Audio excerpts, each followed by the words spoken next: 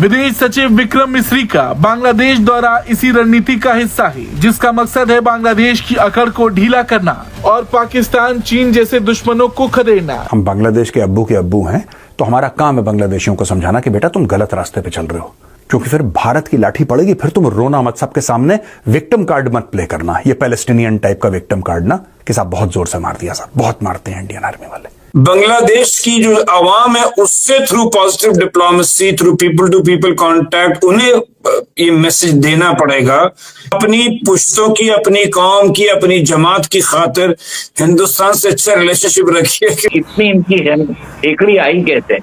तो भारतीय सरकार को ये प्रोवोक कर रहे हैं और भारत वेट कर रहा है कि बाइडेन प्रेसिडेंसी खत्म होकर ट्रम्प प्रेसिडेंसी चालू हो, तब उस समय एक्शन लेगा। हमेशा हमारी नजरें जो है वो फलस्तीन, कश्मीर, बांग्लादेश या किसी भी दूसरी कंट्री के ऊपर रही है कि हम उनके लिए क्या कर दें, जबकि अपने लोग यहाँ पर परेशान है, उनको नहीं देखा जा रहा। तुम अपने देश के ऊपर केरोसिन छिड़क के तुम तीली लगा दो मेरी तरफ से, सानू की यार। अबे भूखे बांग्लादेशी, तुम्हारे पास है क्या यार? मुझे एक बात समझा दो, मुझे ये समझा दो, कोई भी बांग्लादेशी मुझे ये समझा दे कि भाई हमारे पास ये है जिसकी वजह से इंडिया इंटरफेयर करना चाहता है। क्या है बताओ तुम्हारे पास?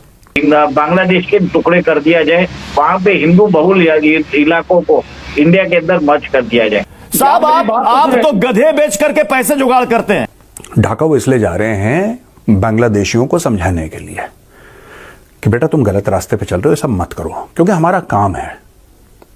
हम बांग्लादेश के अब्बू हैं, तो हमारा काम है बांग्लादेशियों को समझाना कि बेटा तुम गलत रास्ते पे चल रहे हो, क्योंकि फिर भारत की लाठी पड़ेगी, फिर तुम रोना मत, सबके सामने विक्टिम कार्ड मत प्ले करना। ये पैलेस्टीनियन टाइप का विक्टिम कार्ड ना, हल्का कमजोर विक्टिम कार्ड कि साहब बहुत जोर से मार दिया, साहब बहुत मारते हैं इंडियन आर्मी वाले, ये मत करना, क्योंकि मार पड़ने वाली है। मिस्टर विक्रम मिस्री is going and mister Vikram मिस्री से कि यार आराम से रहो ना यार, तुम्हें क्या इशू है, तुम्हें इशू क्या है, तुम क्यों हिंदुओं के खिलाफ वहां पर ऐसी कार्रवाई कर रहे हो?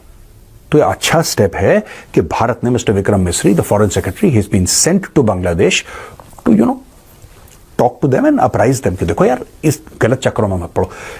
देखो पहले प्यार फिर मार, दो चीजें हैं ना। अभी देखो अगर ये डिप्लोमेसी से समझ लेते हैं, मिस्री साहब की बात समझ लेते हैं या डॉक्टर जयशंकर की बात समझ लेते हैं, तब ठीक है। और हम चाहते हैं कि ये वो डिप्लोमेसी वाली बात समझ जाए बांग्लादेश, क्योंकि जब फिर अजीत डोभाल साहब बोलेंगे फिर आपको अच्छा नहीं, उनकी बातचीत आपको अच्छी नहीं लगेगी, फिर आप बोलेंगे साहब ये क्या कर दिया हमारे साथ, लुटपुट गए हैं जी। तो इस लेवल पे चीजें नहीं आनी चाहिए। यहां पे बांग्लादेश क्या कर रहा है कि शेख हसीना की जो भी स्पीचेस हैं उसको ब्लॉक कर रहा है। You can not access Sheikh Hasina's speeches in Bangladesh now. Bangladesh ने, मुझे तो लग रहा था कि ये फ्रीडम और डेमोक्रेसी की बात कर रहे हैं। आई थॉट कि ये पूरा जो स्टूडेंट प्रोटेस्ट है that is about freedom, that is about democracy. और डेमोक्रेसी का सबसे बढ़िया, यार कितने यूट्यूबर हैं भारत में भाई, कितने यूट्यूबर हैं भारत में जो डेली के डेली मोदी जी के खिलाफ बोलते हैं, डेली के daily. And it's okay, it's okay, it's absolutely fine. उनको संविधान ने अधिकार दिया है, कोई भाजपा ने या भारत सरकार ने अधिकार नहीं दिया। ये संविधान का अधिकार है कि आपको जिसके खिलाफ बोलना है आप बोल सकते हैं। ये डेमोक्रेसी होती है। डेमोक्रेसी ये नहीं है कि आपको किसी के शब्द पसंद नहीं आए, आपने बोला ब्लॉक करो उसको, यार हटाओ, मुझे अच्छा नहीं लगता ब्लॉक। यही करा है। और किसने करा है, किसके हुक्म पे हुआ है? मोहम्मद यूनुस। आपको प्रोवोक कर रहे हैं, आपको उत्तेजना कर रहे हैं कि आप भारत कोई एक नया शख्स एक्शन ले उनके खिलाफ। They are trying to invite a war with India, जिसके कारण भारत को डिमोनाइज कर सके, वो भारत के ऊपर इल्जाम लगा सके कि भारत एक स्ट्रॉन्ग मुल्क है और वो चाह रहा है कि वो एक वीकर मुल्क पे अटैक कर रहा है। वो एक तरह से कंडीशन क्रिएट करना चाहते हैं। आपको जान के हैरानी होगी, उन्होंने कल टर्किश के बर्राकर ड्रोन्स जो है 6 ड्रोन्स उन्होंने बॉर्डर पे लगा दिए हैं। सर ये ड्रोन्स वही ड्रोन्स है जो यूक्रेन ने रशिया के खिलाफ यूज किए थे रशिया यूक्रेन वॉर में। और आपको ये भी मालूम होगा कि उन्होंने अपने एनवॉयज भी रिकॉल कर लिया है। उन्होंने अपना एनवॉयज रिकॉल कर लिया है अगरतला से और कलकत्ता से।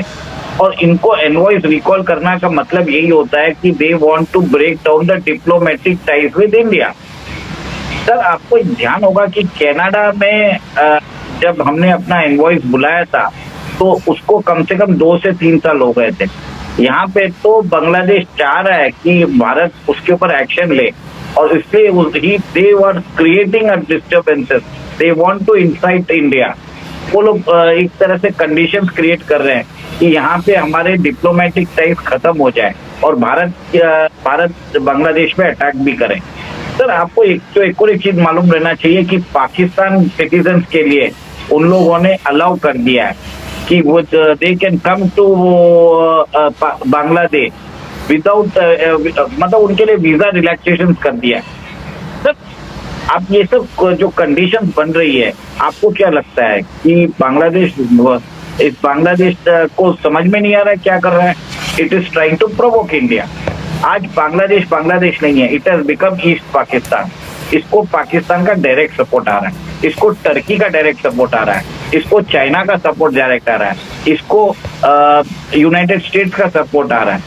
सर एक तरह से कंडीशंस क्रिएट किया जा रहा है कि वहां पे हिंदू माइनॉरिटीज को अटैक किया जा रहा है, वहां पे जो प्रीस्ट है उनको अटैक करके उनको घायल कर दिया, उनको इस्कॉन को जो चीफ है, इस्कॉन ऑर्गेनाइजेशन है उसको टेररिस्ट